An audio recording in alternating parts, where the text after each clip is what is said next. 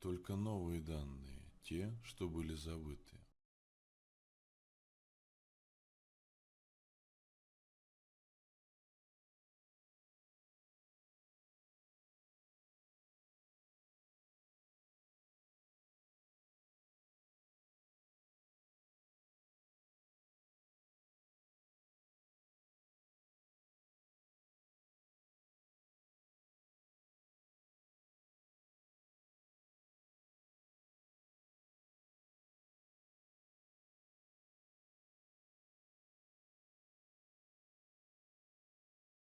Вообще, что такое рак? Вот давайте с этого начнем. Рак ведь это родная человеческая клетка, которая в силу каких-то обстоятельств вдруг стала мутировать и начинает себе подобных плодить, как опухоль.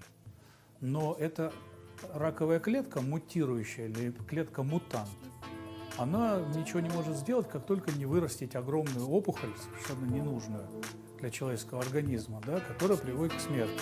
Причем она размножается, как любые другие клетки, и до сих пор еще до конца даже неизвестен механизм метастазирования, как эти клетки вдруг появляются в разных местах. Клетки – строительный материал тела. Из них состоят ткани, железы, системы, весь организм. Наше тело состоит примерно из 100 миллиардов самостоятельных микроскопических клеток.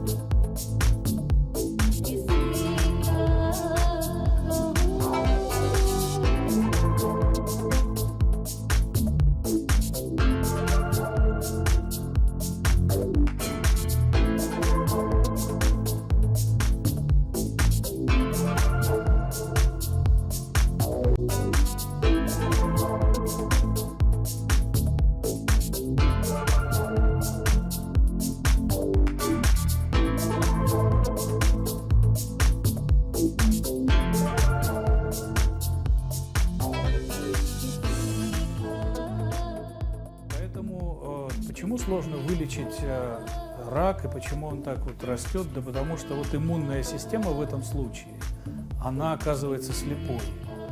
И сегодня самые передовые методы лечения рака – это постараться так сделать такой маркер на раковой клетке особенный, который бы мозг воспринял как чужеродную клетку. Потому что если это случается, мозг даст сигнал на то, чтобы здоровые клетки в первую очередь уничтожили раковые. Потому что мутирующая, мутантная клетка, она слабее заведомо, чем здоровая.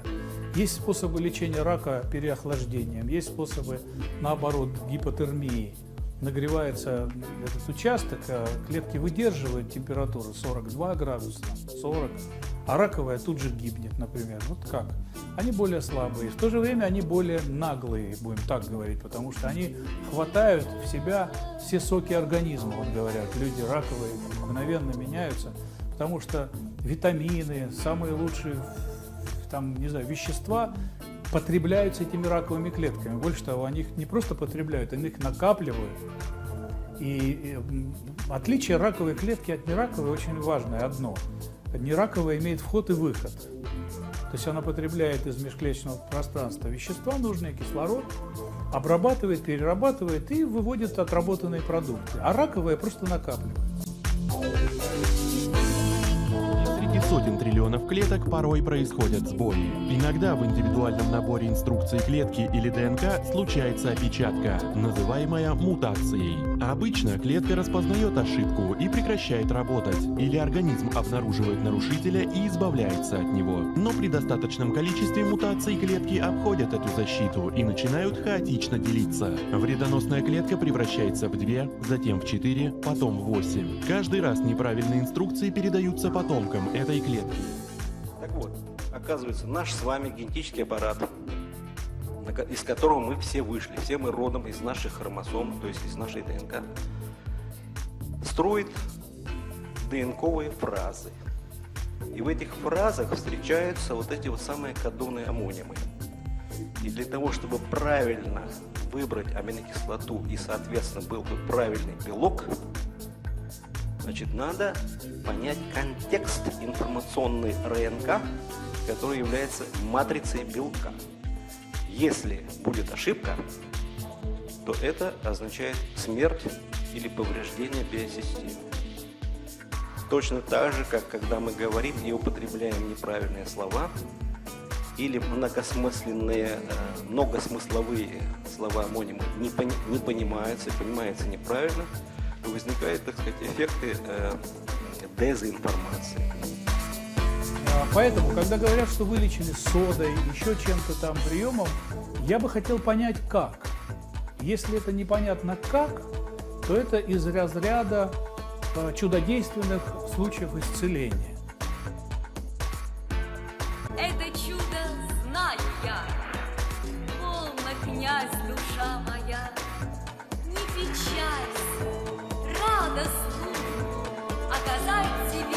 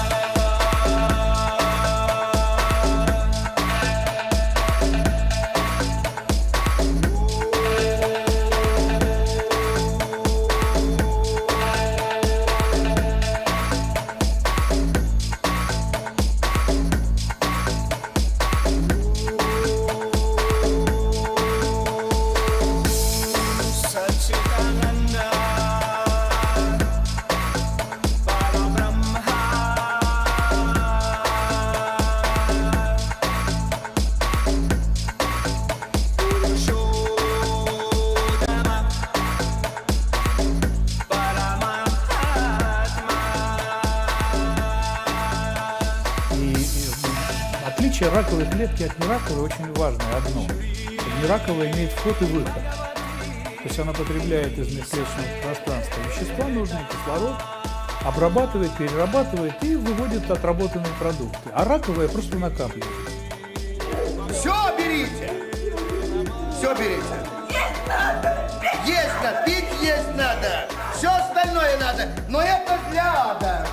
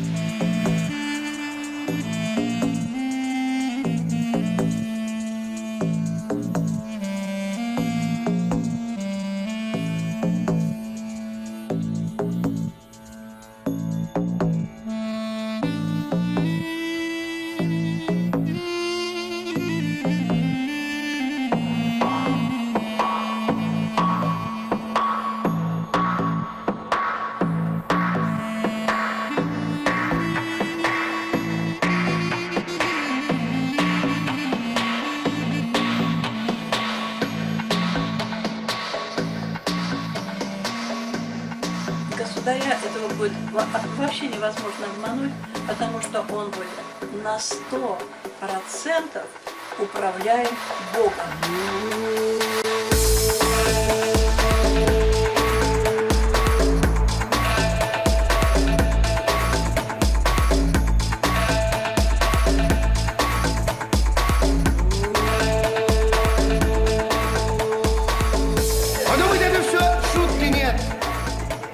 Народ свой, не жалко Россию, Россию православную, но не жидомасонскую.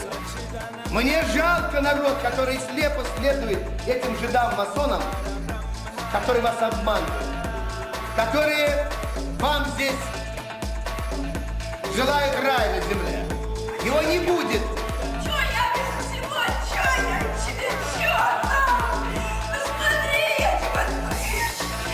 И посмотри, что я испытываю, какие я муки. Молитесь.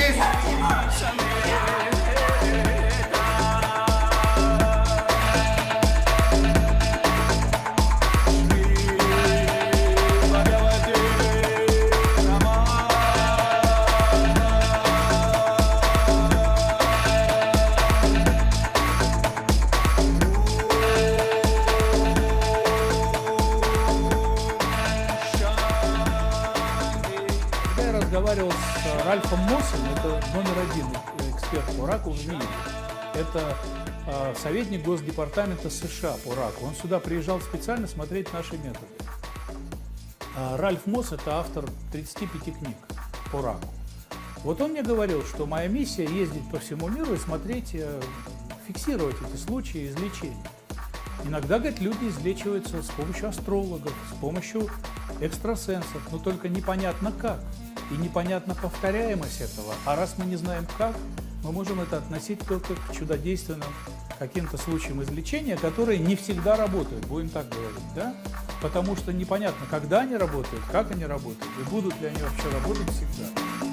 Крови обнаружит избыток лейкоцитов или повышенный уровень печеночных ферментов. И доктор сообщит вам плохую новость. Это рак. Ваши дальнейшие действия будут зависеть от местоположения опухоли и степени ее прогрессирования. Если опухоль медленно растущая и доброкачественная, то вам как максимум нужна операция. Если опухоль растет быстро или поражает соседние ткани, то доктор предложит радиотерапию или операцию. В общем, в итоге все сводится к росту. Раковые клетки заставляют природный механизм деления клеток работать на пределе, размножаясь с огромной скоростью. Однако с помощью химиотерапевтических препаратов мы можем взять верх над такой агрессией. Но и радио- и химиотерапия атакуют не только одни лишь раковые клетки. Радиация поражает все, на что ее направить, а химия по кровотоку разносится по всему организму. Как реагируют различные типы клеток? Давайте посмотрим на здоровые клетки печени, волос и раковые клетки. Здоровые клетки печени делятся только при стрессе. Клетки волос делятся часто. Раковые клетки делятся очень часто и безудержно. Химиотерапевтический препарат поразит все эти клетки. И не забывайте о том, что эти препараты нарушают процесс деления клеток. Так, каждый раз при делении клетка становится уязвимой к препарату. То есть, чем чаще делится клетка, тем больше вероятность, что лекарство ее убьет. А что делает, официальная генетика?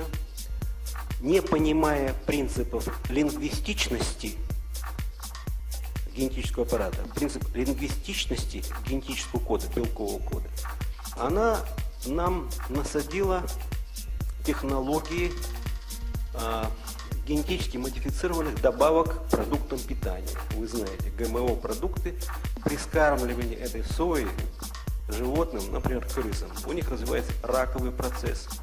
Значит, происходит деградация поколений, новорожденных крысят и так далее, и так далее. И таких примеров сейчас не с числа, которые дают огромные доходы, то есть золото рулит, золото правит.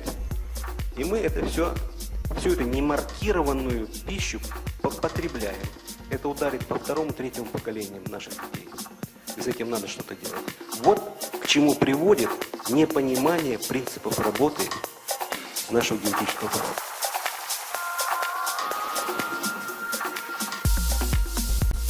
Клеточная мембрана полупроницаема, состоит из жиров, белков и интегральных белков, гликопротеинов. Она служит барьером между внешним миром и внутренними составляющими клетки. Так, за один цикл своей работы натрий-калиевый насос переносит 3 иона натрия из клетки и 2 иона калия в клетку, что провоцирует разницу в электрическом градиенте между зарядами внутренней и внешней стороны мембраны, потенциал Нернста. Цитоплазма – содержимое клетки за пределами ядра, заключена в плазматическую мембрану. Она прозрачная, гелеподобная и состоящая на 80% из воды. Вы, учителя, имеете дело с самой главной конструкцией человека, с его ментальной конструкцией, которая называется слово. Так вот это слово, оказывается, имеет прямое отношение к нашему собственному генетическому аппарату. Духовное тело – это вещь, которая движет нами, без которого мы являемся просто конгломератом мышц, костей и так далее. Оказалось, что последовательность нуклеотидов ДНК является речеподобными. Любая значимая историческая фигура обладала способностью прежде всего порождать вот такие словесно-волновые гены. Генетический аппарат обладает способностью к мышлению. Но, разумеется, это мышление не такое, как на высшем уровне, на уровне коры головного мозга. Генетический аппарат, грубо говоря, понимает и соображает. И ведь вы знаете прекрасно, как педагоги, как люди, которые обладают, так сказать, способностью строить грамотно речь, что амонимы могут быть поняты только в контексте. То есть, например, слово «коса» или слово «ключ» имеет несколько смыслов. То мы, значит, должны признать и понять работу нашего генома как разумной системы. А это, как считают материалисты от генетики, от биологии, это нехорошо. Это ведет к идее Бога.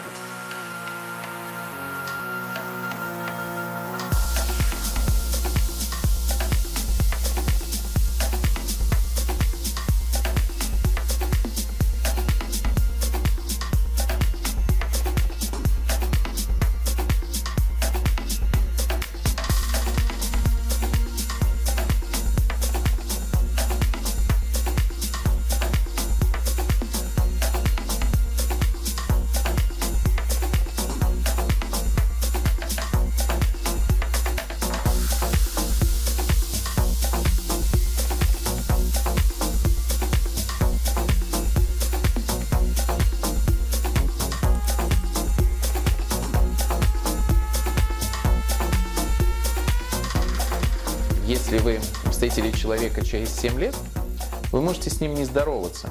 Почему? Потому что за 7 лет все клетки обновляются, и перед вами уже другой человек.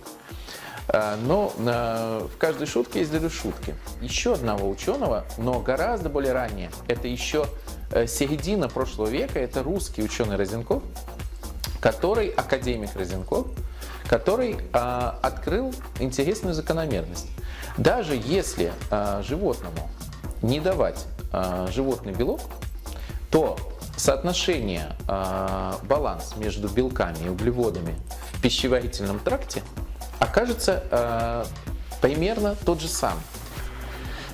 Потому что организм начинает брать, как раз выводить в пищеварительный тракт для того, чтобы расщепить до аминокислот, выводить тот самый белок, который у него был где-то спрятан вот от погибших клеток, от поврежденных иммунитетом клеток, тех, которые должны обновляться.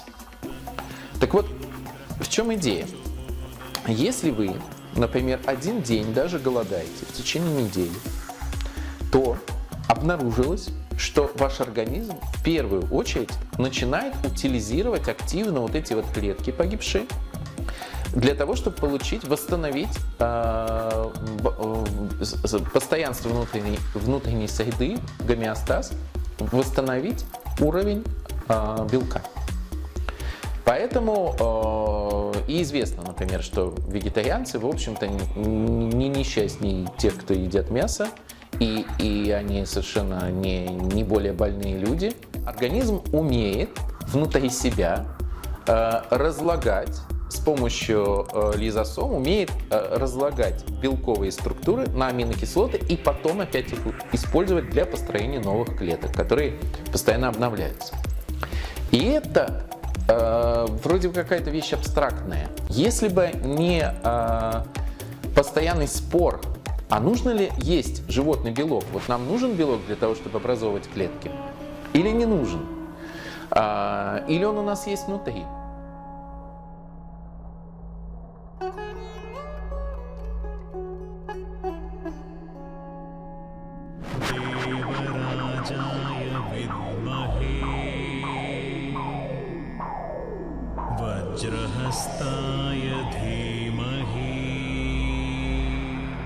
Диджей-династия.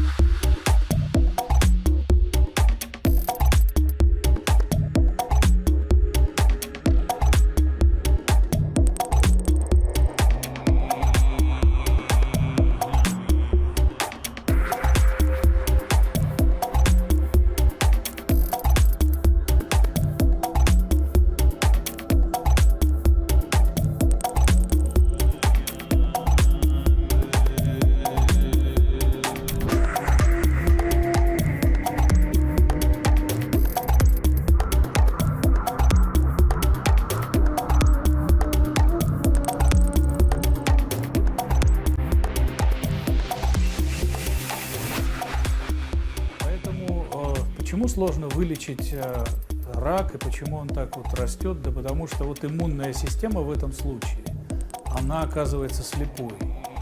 И сегодня самые передовые методы лечения рака – это постараться сделать такой маркер на раковой клетке особенный, который бы мозг воспринял как чужеродную клетку. Потому что если это случается, мозг даст сигнал на то, чтобы здоровые клетки в первую очередь уничтожили раковые. Потому что мутирующая, мутантная клетка, она слабее заведомо, чем здоровая. Оказывается, наш с вами генетический аппарат, из которого мы все вышли, все мы родом из наших хромосом, то есть из нашей ДНК, строит ДНКовые фразы. И в этих фразах встречаются вот эти вот самые кодоны аммонимы. И для того, чтобы правильно выбрать аминокислоту и, соответственно, был бы правильный белок, значит, надо понять контекст информационной РНК, который является матрицей белка. Если будет ошибка, то это означает смерть или повреждение биосистемы. Точно так же, как когда мы говорим и употребляем неправильные слова или многосмысленные, многосмысловые слова-амонимы не понимаются неправильно, то возникают, так сказать, эффекты дезинформации.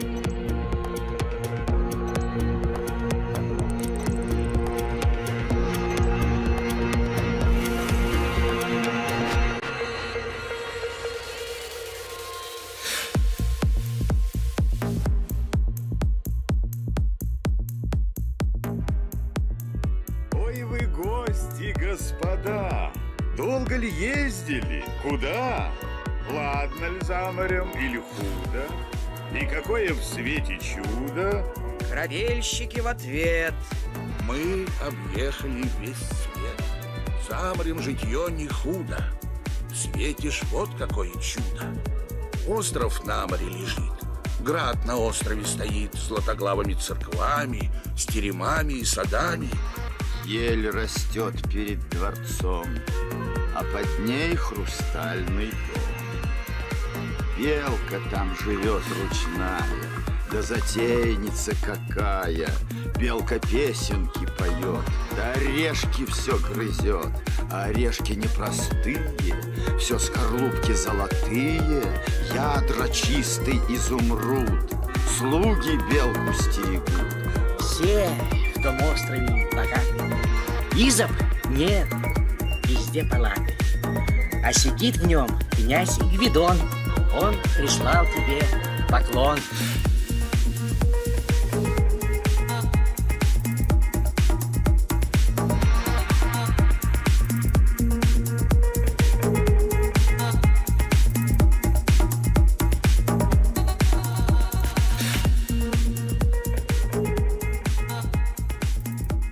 Сегодня самые передовые методы лечения рака – это постараться так сделать такой маркер на раковой клетке особенно, который бы мозг воспринял как чужеродную клетку.